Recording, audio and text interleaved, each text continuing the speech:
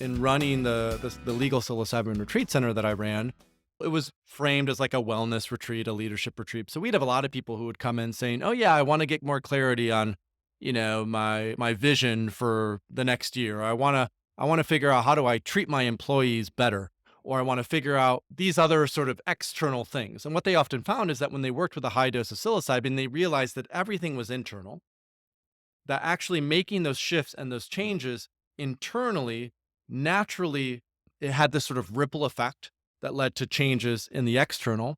And that a lot of the internal stuff was about self love, was about self worthiness, was about acceptance of where we are, was about eliminating the rumination, the negative self talk, the negative hatred.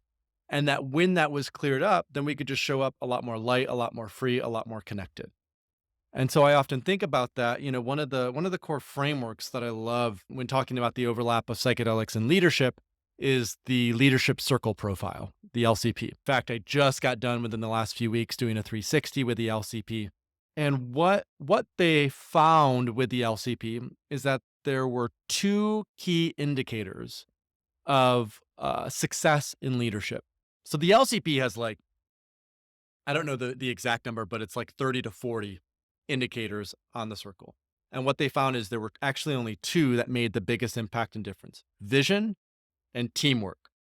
So your capacity as a leader to articulate where the company, where the organization is going, and your ability as a leader to empathize, to communicate, to ensure that people feel held and taken care of. And so if we go back to even the example of worthiness, when we heal these insecurities in ourselves, when we heal these sort of feelings of not being good enough, then the way that we can show up with our team is a lot more present, a lot more connected, because our stuff isn't getting in the way anymore. Our stories aren't getting in the way. We're able to clear that and basically not project our own internal landscape onto the world around us, because now we know our internal landscape. We're aware of it.